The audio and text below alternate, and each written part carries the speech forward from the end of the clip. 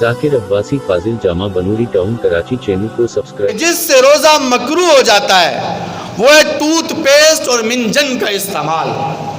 Tooth paste آپ سحری میں استعمال کریں روزہ بند کرنے سے پہلے کوئی حرج نہیں، افطاری کے بعد آپ استعمال کریں کوئی حرج نہیں، لیکن روزے کی حالت میں ٹوتھ پیسٹ کے استعمال کی اجازت نہیں ہے۔ اس کے متبادل مسواک ہے، مسواک کو آپ استعمال کر سکتے ہیں۔ دوسری چیز بالخصوص وہ جو نوجوان ہیں، ان نوجوانوں کو یہ احتیاط بتلائی گئی ہے کہ وہ رمضان المبارک کے مہینے میں روزے کی حالت میں بیوی سے بوس و کنار نہ کریں۔ ویسے بوس و کنار کی اجازت ہے، لیکن ان لوگوں کی اجازت ہے کہ جنہیں اپنے نفس پر مکمل طور پر کنٹرول ہے، جنہیں اپنے نفس سے اپنے آبے سے باہر ہونے کا خدشہ ہے، وہ دور رہیں۔ قطعانہ پابندی ہے، خیال رکھنا۔ تو رمضان المبارک کے مہینے میں روزے کی حالت میں بیوی سے بوس و کنار سے روزہ مکروہ ہو جاتا ہے، بالخصوص نوجوانوں کے لیے۔ اسی طرح بغیر کسی ضرورت کے کوئی چیز اپنے منہ میں چکھنا اور چکھ کر تھوکنے سے بھی روزہ مکروہ ہو جاتا ہے۔ ذائقہ محسوس ہونا وہ بات کی بات ہے۔ ہاں، اور خواتین کو ضرور اجازت ہے کہ جن کے خامند جلاد قسم کے ہیں، خامند جن کے سخت طبیعت قسم کے، جلاد قسم کے، تھوڑی سا نمک زیادہ ہو گیا، تھوڑی سی مرچی زیادہ ہو گئی تو بس مولا بخش اٹھا لیا اور شروع ہو گئے۔ تو ان خواتین کو شریعت نے اجازت دی ہے کہ وہ کوئی چیز منہ میں رکھ کر چکھ کر پھر تھوک دیں، نکلے نہیں اس کو۔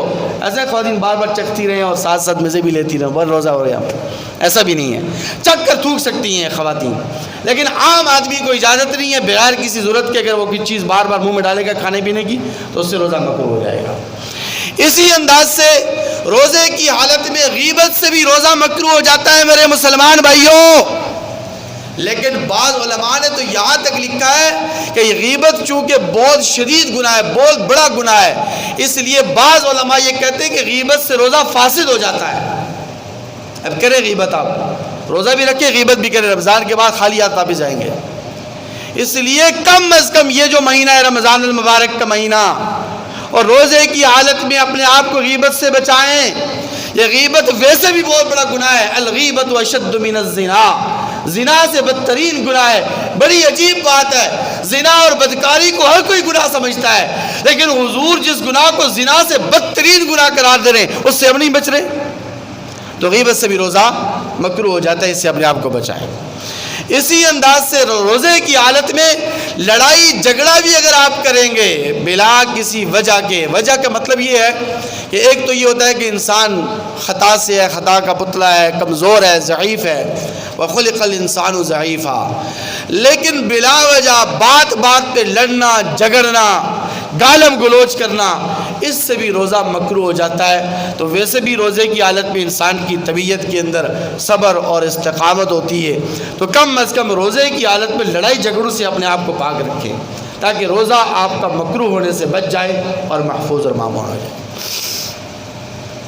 اسی انداز سے روزے کی حالت میں لایانی اور فضول کاموں کے اندر اپنے آپ کو مشغول رکھنے سے بھی روزہ مکروہ ہو جاتا ہے۔ صبح سحری کی بغیر فجر کی نماز پڑھے سو گئے، زور کے ٹائم اٹھے بغیر نماز پڑھے ٹی وی آن کیا، ایک مووی ختم ہوئی، دوسری مووی شروع، دوسری ختم ہوئی، تیسری شروع، عصر چلی گئی، مغرب میں روزے کا ٹائم آیا، مسجد سے اعلان ہوا یہ صاحب افطاری کے لیے کھجور اٹھا رہے ہیں اور دعا پڑھ رہے ہیں، اللہم لک صمت وبک آمنت وعلیک توکلت وعلی رزقک افطرت۔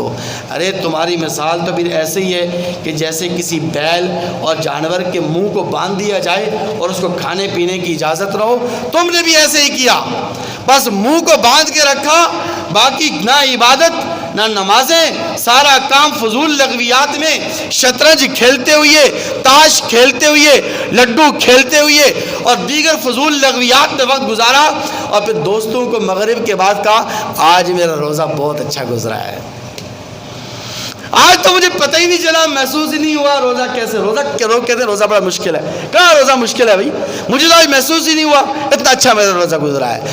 تو اسی لیے فضول لغویات سے، لا یعنی کاموں سے اپنے آپ کو رمضان مبارک کے مہینے میں اپنے آپ کو بچائیں اور اپنے وقت کو قیمتی بنائیں۔ اللہ تعالیٰ ہم سب کا حامل